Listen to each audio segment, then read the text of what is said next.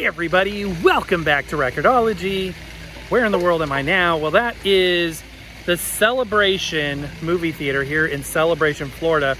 This is the town that Disney built in 1994. It's no longer owned by Disney, but it is fantastic. There's plenty of walking paths, restaurants, shops, and houses, and it feels like you're on a back lot. It's a very interesting feeling, but it's beautiful. Anyway, we are here for another awesome show that you're not going to want to miss.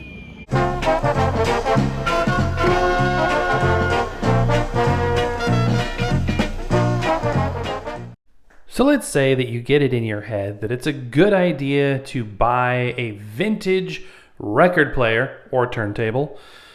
What are some of the things you should look for? This video is going to be all about my tips and tricks for shopping for a vintage turntable. And these basic principles apply to pretty much anything that's not new. So even if it's, 90s or if it's 80s like this, or if it's like 70s or whatever, these principles should help guide your thinking as you are evaluating your purchase. And I had to get to this way of thinking the hard way. By default, when it comes to the moment of laying my eyes and hands on a record player or something that's interesting, a piece of vintage tech or whatever, I just get too excited to think clearly. I just want to grab it and take it to the register and purchase it and be on my way. Obviously, this could lead to issues when you get it home, broken, parts are missing, whatever, and it ends up costing you more, or worst case, not even working. So I've had to discipline myself to slow down in the moment and take a look at a few things before I decide to pull the trigger on it. For an example today, we'll be using this early 80s Audiotronics classroom record player. Classroom record players are great. They're rugged, they're designed to be abused, and as such, they have a tendency to work pretty darn good even decades after they have been decommissioned by the public school system. They're ugly, but they're cool. They're rugged, they're functional, and they get the job done. So we're going to be using this as a use case. I got it through my head a couple years ago. I really wanted a classroom record player, and this one popped up, I think $25 or something like that on Craigslist, and I jumped at the opportunity. And just kind of wanted to show you some of the things that you should look for when it comes to evaluating your purchase, hopefully before you make the purchase. First thing, should go without saying, is look for physical damage and make sure that it's complete. Make sure that lids are intact, handles aren't missing, hinges aren't broken, the obvious things. And if you find something that needs work, just realize that could represent more money down the road or something you're going to have to deal with. So if you find out that a hinge is broken or a handle is broken, decide to yourself, try to step out of that excitement that you feel in the moment and say, is this really something I want? Is this really a problem that I want to have? Why is this person selling this record player in the first place? Why are they trying to get rid of it? I actually ask the people, I say, how come you're looking to sell this? And it'll be interesting to hear their answer. I think it's also important to understand what you want. I mean, if it has a little bit of cosmetic damage, maybe that's okay if you just want a functional player. Or if you're looking for a project, if you want a project, maybe you don't mind that it's missing parts or is broken. That's kind of the reason why you're getting it in the first place. And as such, get a good price. And that's another thing too to consider is, what is the price point that you should be paying for this? Look at other units like it that are for sale.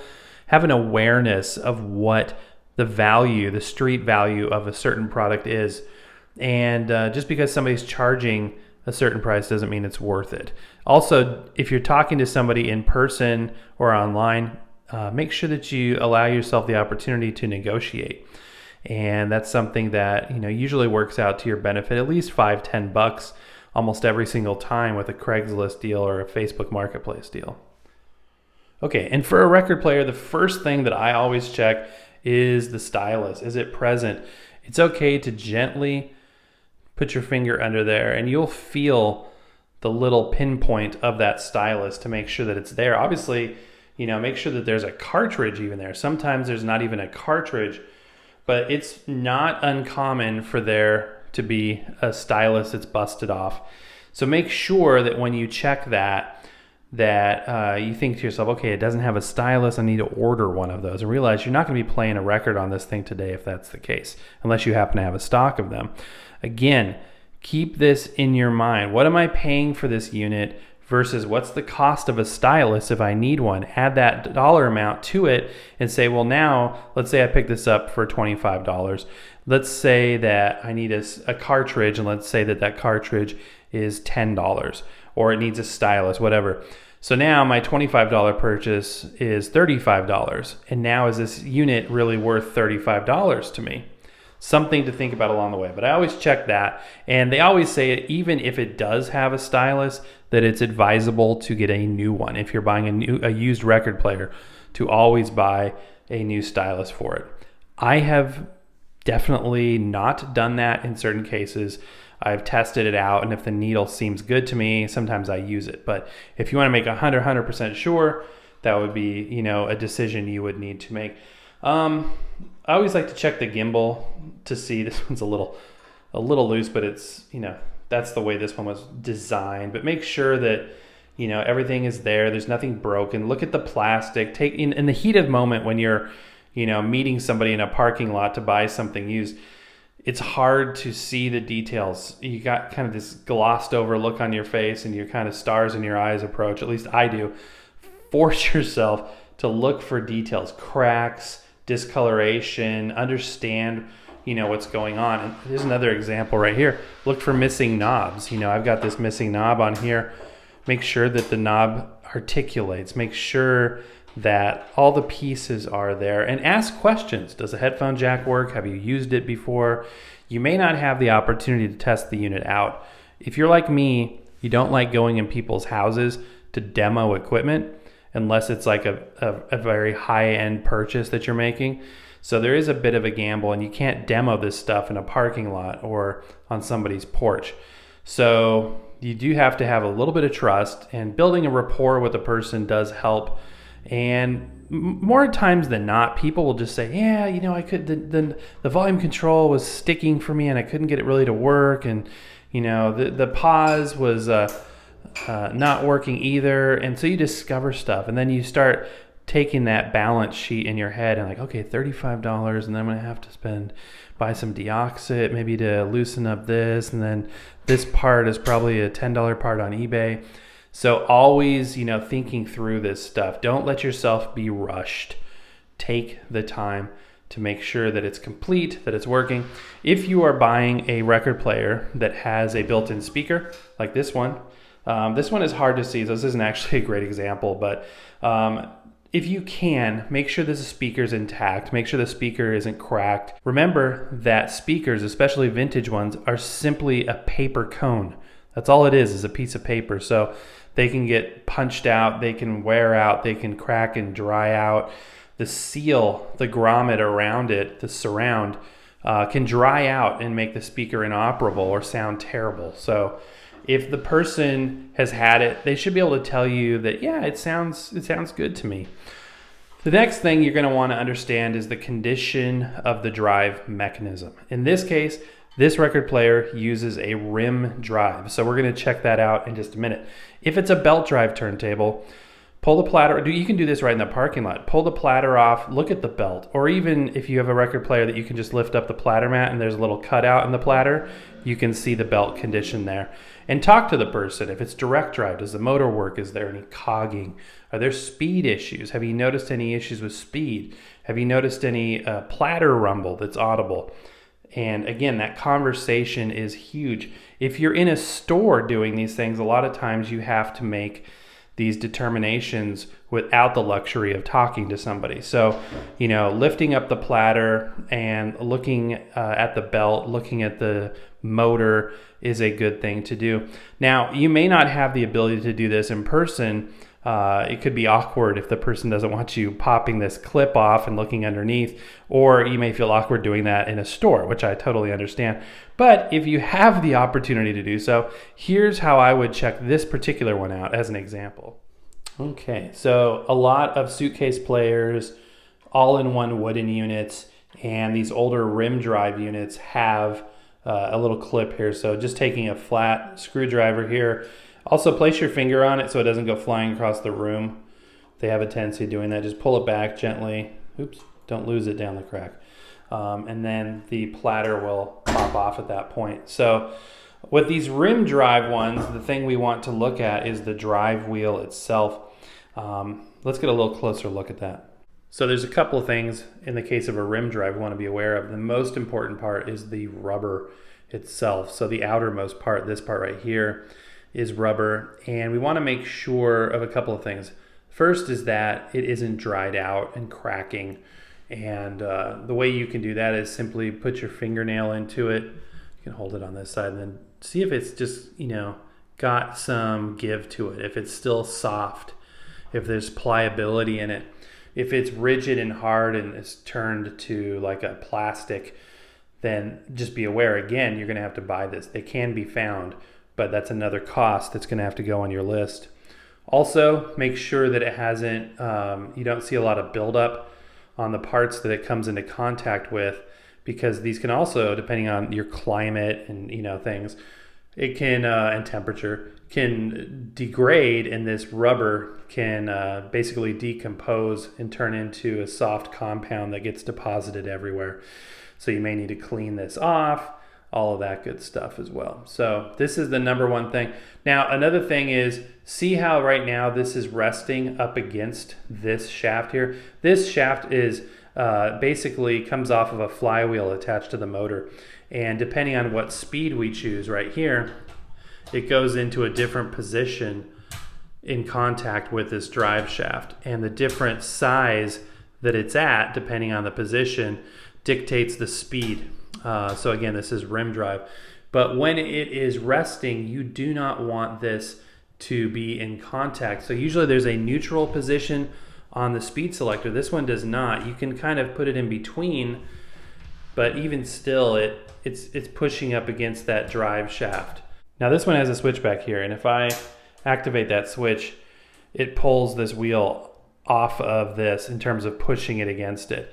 And the reason why that's important is if this rests, especially pressed up against that for a long period of time, it can get a little dent in the side of it, a little flat area that can impact the speed and the speed consistency of the platter. So that's what I would check out.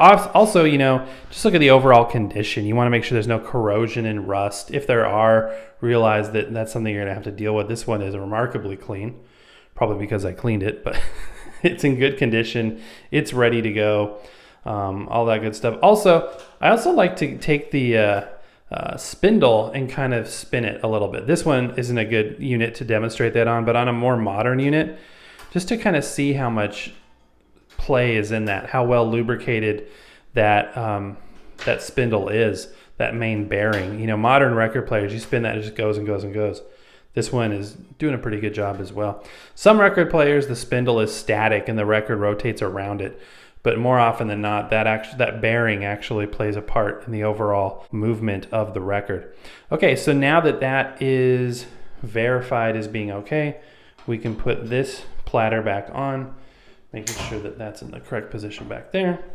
And then basically I've got to fit that clip back on, pressing it back over the spindle, which isn't fun to watch or do. When it comes to those vintage units, the number one culprit of ruining your day is going to be capacitors. If the caps are bad, you're going to need to do a recap, which will involve soldering, buying replacement capacitors, and that's sort of next level knowledge. If you are a beginner, it's something you want to be aware of, that you need to have those skills if you need to do that. How can you tell if it has bad caps? It's going to be things like the volume's just low, even when everything seems to be working fine, or the motor just is running slow, even though it's adjusted properly, things like that. And the older the unit, the older the equipment, the more likelihood that you're going to have to look at a recap. If you're looking at something 60s and 70s or older, it's not that uncommon that you are going to need a recap. And the same thing goes for all electronics of the era, radios, tape players, etc. So here's a similar process that I would run on let's say we found this unit at a thrift store and we're like, wow, an LP60, this is great. And they only want, say $25 for whatever. I don't know why $25 is the price today, but it is. And this is gonna be a killer deal, looks great, let's buy it. Well, wait a minute. What would I check before I just, said let's buy it? So let's go ahead and open it up. See a couple of issues here. This is disturbing. The belt is hanging off the side. We've got the cartridge is, rammed up on the platter, or even worse on the felt mat. What's going on with that? So a couple things we need to check. Let's go ahead and check gently to make sure the stylus is present. Yes, it's there. Because of the fact it's been, going all over the place, probably recommend replacing that. So realize now I need another $15 to $20 for the stylus. You can make sure the switches work, and if you want, this is a Bluetooth model, so you can't really demo that per se. But I would go next to the belt. What's going on with that? So this one, the platter mat, just comes right off, and this has those access holes. Obviously the belt is not on there, but what's great about this unit is it doesn't have that clip, so we can go ahead and remove the platter easily. And sure enough, the belt is just off. And while we got the belt out, something I would be concerned about is a crimp in the belt like that. As you can see, this has been pinched for a period of time and may not present an issue. Definitely if it's in a belt, it's less likely to be an issue compared to like a rim drive that we were just looking at. But something that you may want to consider. So then you may want to invest in a new belt. Or if you pull it off and you see there's no belt, and you look under the platter and it's not on that sub platter, which is where it would normally be, and you realize, okay, we're missing a belt. Again, what's that cost going to be? So now $25 plus the stylus and a belt. And again, things to be aware of in the heat of battle, so that when you get home, you're not like, oh man, and there's no 45 adapter. Where am I going to get a 45 adapter? Have you ordered your official Record-ology 45 adapter yet? Check out the link in the video description below. And by the way, all the things that I've shown you on this LP60, I would have no problem whatsoever doing in a store, because I'm like, if I'm going to pay for this, I'm going to want to make sure that it's complete.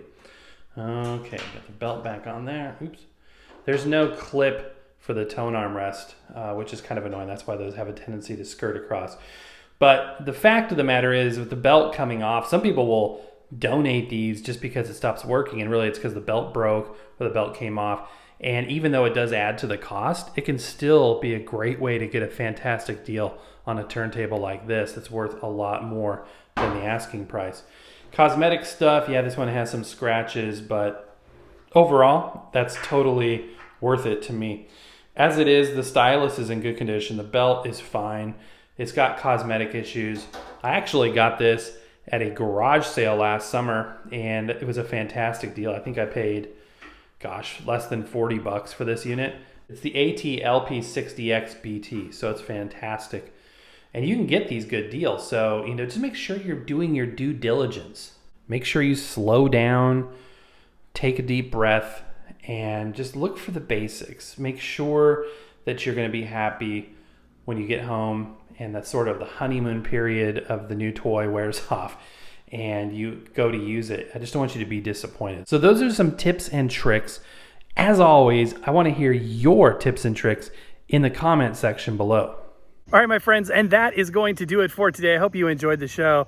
We are now about halfway across Lake Reinhardt, and you can see off in the distance Celebration. It's just beautiful here. Absolutely beautiful. This walking path is so picturesque. I mean, you could tell that somebody like Disney would design. There's uplights shining at the palm trees, It's not without its pests. There's bugs and stuff, but it's beautiful. The sounds, the smells, the sights, you can't go wrong. Well, my friends, that is going to do it for this time. Thank you very much for watching. Happy record hunting, and we'll see you next time.